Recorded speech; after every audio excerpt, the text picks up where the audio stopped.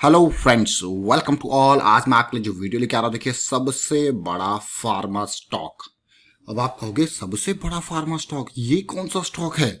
बहुत सारे क्वेश्चंस आपके मन में आएंगे। रेडी हो जाओ, मैं इसीलिए कह रहा हूँ क्योंकि जो करेक्शन था, जो पानी पीने आया हुआ था स्टॉक, वो रिजॉल्व होने का नाम ले रहा है। सबसे इंपॉर्टेंट बात होती है किसी भी स्टॉक में, करेक्शन आए पहले तो, एक रैली के बाद करेक्शन आए, हॉल्ट आए, उससे भी इंपॉर्टेंट बात होती है कि उस करेक्शन का रिजोल्यूशन, यानी कि वो पानी पीने आया है, उसने पानी पी लिया है, अब वो उठ के दोबारा भागने को तैयार है, मतलब उसका रेस्ट पीरियड जो है वो खत्म होने को तैयार है। जरा सोचिए इसके बारे में। चलिए बात करते हैं स्टॉक की टेक्निकल फंडामेंटल एस्पेक्ट से। और आगे बढ़ने से पहले मैं आपको बता दूं, अगर आपने अब तक चैनल को सब्सक्राइब नहीं किया तो जल्दी से सब्सक्राइब कर ले, बेल आइकन को प्रेस कर ले, जिससे आपको नोटिफिकेशन आती रहेगी। साथ में टेक्निकल एनालिसिस के लिए आप मेंबरशिप ज्वाइन कर सकते हो। ज्वाइन बटन पर क्लिक करके यहाँ पे सारी डिटेल्स आपको बारीकी से अवेलेबल है। किस तरीके से आपको स्टॉक में एंट्री लेनी है, एग्जिट लेना है, स्टॉप लॉस, ये सारा है। क्योंकि रिस्क मैनेजमेंट काफ़ी इंपॉर्टेंट चीज़ होता है। अगर आप रिस्क को ही मैनेज नहीं करोगे तो किस तरीके से आप अपने आप को लॉस से बचा पाओगे। इसीलिए रिस्क मैनेजमेंट सबसे इंपॉर्टेंट, और हमारी प्रायोरिटी रिस्क मैनेजमेंट के ऊपर सबसे टॉप पे रहती है, ताकि कोई भी रिटेल इन्वेस्टर अपना पैसा मार्केट में ना गवाए।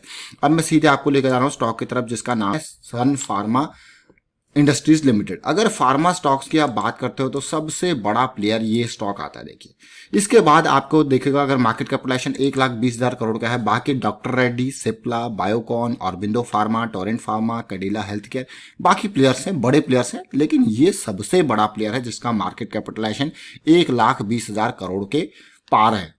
देखिए जरा, अब स्टॉक को अगर आप देखोगे, जैसे मैंने आपको बार बार बताया, फार्मा स्टॉक 2015 से लेके अभी 2019 तक बड़ी बुरी हालत इनकी हो रखी थी। अब जब जरूरत पड़ी है, डिमांड आई है, तो अचानक इनके अंदर भी बहुत पैसा आया है। क्योंकि सिचुएशन को देख के, बीमारी है तो दवाई की जरूरत पड़ेगी तो उसके हिसाब से इनकी भी डिमांड आ रही है। और ये मत सोचिए कि एक फार्मा कंपनी जो है वो, जिस तरीके से कि दवाइयां हैं किसी कंपनी ने अप्रूव कर ली है, वैक्सीन है किसी कंपनी को मिल गई है, लेकिन बनाएगा कौन? उसका रॉ मटेरियल पूरा, उसको एंड टू एंड सोचिए उसके बारे में, किस तरीके से सिचुएशन है। क्योंकि यहाँ पे ऐसा तो है नहीं कि 1 लाख 2 लाख डोजेस बनेंगे वैक्सीन के, दवाई के, करोड़ों डोजेस बनेंगे। इवन आप देखोगे कि अमेरिका, ब्रिटेन, इन्होंने एस्ट्राजेनेका को कितने ऑर्डर्स दे रखे हैं, करोड़ों में ऑर्डर दे रखे हैं। और इंडिया की खुद की पॉपुलेशन, आप अगर मैं खाली मान के चलूँ तो कितनी है, 140 करोड़ 150 करोड़ के आसपास तो हो ही गई होगी अभी तक। और अगर अभी पॉपुलेशन, जनसंख्या हो तो ढंग से और ज़्यादा, मैं कहूँगा डोजेस कितने जरूरत पड़ेगी, खाली इंडिया के अंदर कितने डोजेस की जरूरत पड़ेगी। तो सरकार इसको खरीदेगी, ऑर्डर्स देगी, और उस जो डोज बनेंगे वैक्सीन के, दवाई के, उसमें जो रॉ मटेरियल होंगे, चाहे एपीआई हो, छोटे छोटे केमिकल्स हो, स्पेशलिटी केमिकल्स हो, तो फार्मा के स्टॉक में न केवल बड़े प्लेयर्स बल्कि छोटे प्लेयर्स भी जो इन सेगमेंट्स में काम करते हैं, उनमें भी बड़ी रैली आपको देखने को मिल सकती है। तो इसलिए, और वो ऑलरेडी दिख रही है, क्योंकि जो इन्वेस्टर्स होते हैं उनको समझ में फरवरी मार्च से ही आ गया था, तो उन्होंने वहीं से खरीदारी करनी स्टार्ट कर दिया। अभी सन फार्मा की बात करें तो आपने सारी डिटेल देखी, लेकिन अभी और कुछ इंपॉर्टेंट इन्फॉर्मेशन मैं आपको यहाँ पे दिखाऊंगा सन फार्मा के बारे में। और सन फार्मा का अगर कारोबार देखो तो 504 के पास है।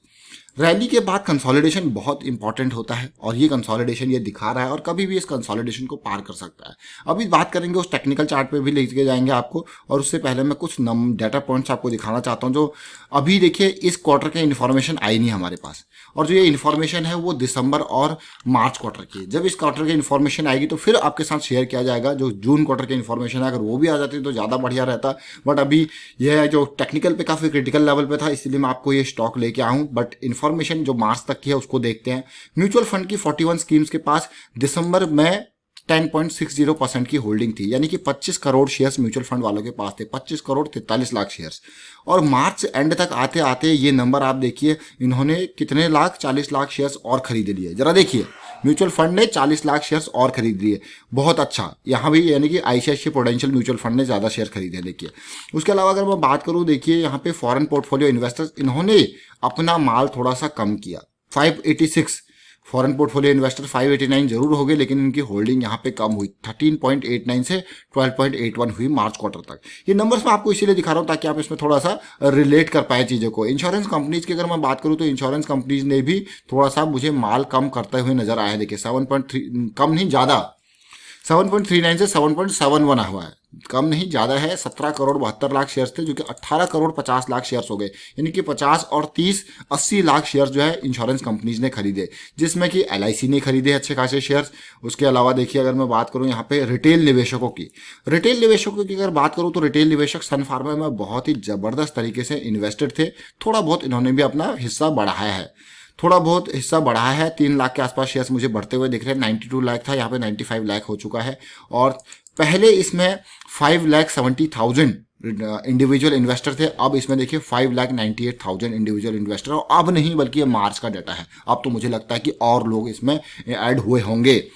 अगर मैं बात करूँ तो ओवरऑल डिटेल आपने देखी मार्च क्वार्टर तक की। अब मैं जो इंपॉर्टेंट इन्फॉर्मेशन है वो बड़े इन्वेस्टर की दिखाऊंगा यहाँ पे आपको, जो कि 2 लाख से ज़्यादा लगाते हैं। ऐसे 43 इन्वेस्टर्स हैं, और 43 इन्वेस्टर्स जो दिसंबर में थे और अब जो है 47 हो चुके हैं मार्च क्वार्टर तक। और इनकी होल्डिंग्स बहुत ही जबरदस्त तरीके से बढ़ी है। 3 करोड़ 17 लाख से 3 करोड़ 52 लाख हो चुके हैं। 1.32% से 1.47% हो चुकी है। तो देखिए न केवल रिटेल इन्वेस्टर बल्कि सभी इसमें धीरे, फॉरेन पोर्टफोलियो इन्वेस्टर ने माल जरूर बेचा, बाकी सबने इसमें माल खरीदा है। म्यूचुअल फंड्स, LIC, रिटेल निवेशक, बड़े निवेशक, चाहे कम खरीदा हो रिटेल निवेशकों ने, लेकिन यहाँ पे खरीदा है। ये मार्च तक का डाटा है। अभी जून तक का डाटा जब आएगा तो वो और इंटरेस्टिंग होगा, उसके ऊपर देखने को आएगा कि क्या किस तरीके से चीजें बदल रही है। अब मैं आपको लेके जाता हूँ सबसे इंपॉर्टेंट पार्ट, यानी कि टेक्निकल एनालिसिस के ऊपर। इस पार्ट को ध्यान से देखें। इस पार्ट को अगर मैं देखूं, स्टार्ट करूंगा मंथली से। मंथली चार्ट में अगर हम देखें तो ये देखिए, जैसे मैंने आपको कहा कि 2015 से लेके अब तक बड़ी करेक्शन यहाँ पे चल रही थी। 2015 में इसका 1200 का प्राइस था, और फर्स्ट टाइम ऐसा लग रहा है कि ये महीना, अप्रैल का महीना, काफी इंपॉर्टेंट महीना था। जब तक आपने देखा लोगों ने होल्डिंग बढ़ाई, वो मार्च तक का ही महीना था, तब ये शेयर नीचे ही गिरा हुआ था। लेकिन अप्रैल के महीने में आपको देखने को मिलेगा, यानी कि अप्रैल मई जून वाले क्वार्टर का जब डेटा आएगा तब आपको देखने को मिलेगा कि किस तरीके से बड़ा जबरदस्त तरीके से खरीदारी हुई है।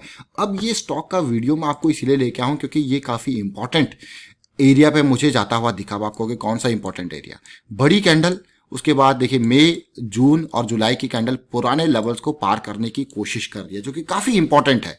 आपको दिख रहा होगा ये छोटी सी चीज, लेकिन मुझे ये काफी इंपॉर्टेंट दिखती है, क्योंकि मैं इस एरिया को कहता हूं कि हाँ भाई, ये पानी पीने आया है और ये कभी भी ये उठ चुका है और भागने के लिए रेडी है। ये मान के चलिए ये इस लेवल तक आ चुका है, और जुलाई का महीना जैसा कि आधा ऑलरेडी खत्म हो चुका है। तो मुझे लगता है कि कभी भी यहाँ पे ये एरिया ब्रेक होके बहुत जबरदस्त तरीके से ये भाग सकता है, और फार्मा की डिमांड है। और इसी तरीके से आप इस कैंडल को देख सकते हो कि बड़ी कैंडल, छोटी कैंडल, और कितनी रैली इसने दिखाई थी। जबरदस्त रैली मैं इसको कहूंगा। सीधे 500 के लेवल से, 560 के लेवल से 660 के लेवल पे 100 रुपए के आसपास का जंप यहाँ पे देखने को मिला था। और ऐसी जंप आपको यहाँ पे भी देखने को मिल सकता है। लेकिन अभी हम और डिटेल में जाएंगे, छोटे टाइम फ्रेम में समझने की इसको कोशिश करेंगे।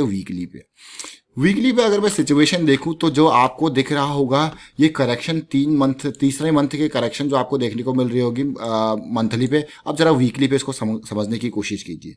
ये जस्ट जो ये रैली आई थी 3 से 4 हफ्ते की, 1 महीने की रैली थी अप्रैल की, जहां पे स्टॉक पहुंचता है 300 के लेवल से 500 के लेवल पे, यानी कि ऑलमोस्ट 200 रुपए का जंप। और 200 रुपए का जंप अगर परसेंटेज वाइज इसको देखोगे तो बहुत बड़ी परसेंटेज है। और उसके बाद करेक्ट लगातार कंसोलिडेशन दिखाता है, जो कि अच्छी बात है, पॉजिटिव बात है। और नियर टू द ब्रेकआउट आप देखिए धीरे धीरे आपकी रेंज जो है कॉन्ट्रैक्ट होती जा रही है। और मैंने आपको पहले भी बताया कि ब्रेकआउट के नियर कंसोलिडेशन बहुत अच्छी बात होती है, पॉजिटिव बात होती है। इस टाइम पे क्या होता है कि आपको जो है वो धीरे धीरे डीप स्टॉप लॉस, उससे कम स्टॉप लॉस, उससे कम स्टॉप लॉस, आपको जो है एक एरिया मिल जाता है जहां पे आपको स्टॉप लॉस होता है, आपका रिस्क मैनेज हो जाता है। जैसे अभी 500 के लेवल पे है तो 470 के आसपास का आपके पास बढ़िया स्टॉप लॉस यहाँ पे रेडी है, जो मिनिमम स्टॉप लॉस है। थोड़ा और डीप तो ये लेवल आ जाता है, और डीप तो ये लेवल। ये 3 स्टॉप लॉसेस आपको मिल चुके हैं, यानी कि रिस्क मैनेजमेंट पहली प्रायोरिटी होती है, वो भी आपने देख लिया है। RSI के हिसाब से अगर मैं देखूं तो मुझे यहाँ पे जो देखने को मिल रही चीजें, यहाँ पे ऑलरेडी ये बुलिश एरिया में जा चुका है। और ये बुलिश एरिया देखिए RSI का ये एरिया, अब ये कभी भी ब्रेक यहाँ पे होगा। और छोटे टाइम फ्रेम में जाएंगे और समझने की कोशिश करते हैं कि इसके ब्रेकिंग को, यानी कि डेली टाइम फ्रेम पे, एक एक टाइम फ्रेम पे आपको इसलिए ले जाता हूं ताकि आप चीजों को समझें।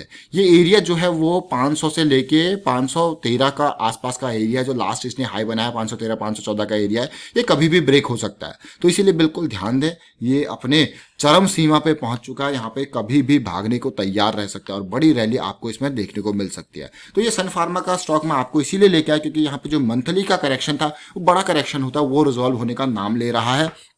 और काफी इंपॉर्टेंट पॉइंट, अब देखिए छोटे टाइम फ्रेम में आके जो आपको स्टॉप लॉसेस है वो और आपको पिक्चर क्लियर हो जाती है। 435 ये वाला स्टॉप लॉस की अगर मैं बात करूँ 454 और ये रिसेंट स्टॉप लॉस की बात करूँ 466 का लेवल आपके लिए रेडी है। चलिए फिलहाल वाइंड अप करता हूँ वीडियो को। उम्मीद करता हूँ वीडियो आपको अच्छा लगा होगा। अच्छा लगा तो शेयर जरूर कीजिए। 6 लाख लोग ऑलरेडी मार्च के डाटा के हिसाब से रिटेल निवेशक इसमें इन्वेस्टेड है और अब ये ब्रेकआउट के पास जा रहा है। वीडियो को शेयर कीजिए, लाइक कीजिए, चैनल सब्सक्राइब नहीं करते तो सब्सक्राइब कीजिए। टेक्निकल एनालिसिस के लिए आप मेंबरशिप ज्वाइन कर सकते हो, ज्वाइन बटन पर क्लिक करके। And thank you for watching the video.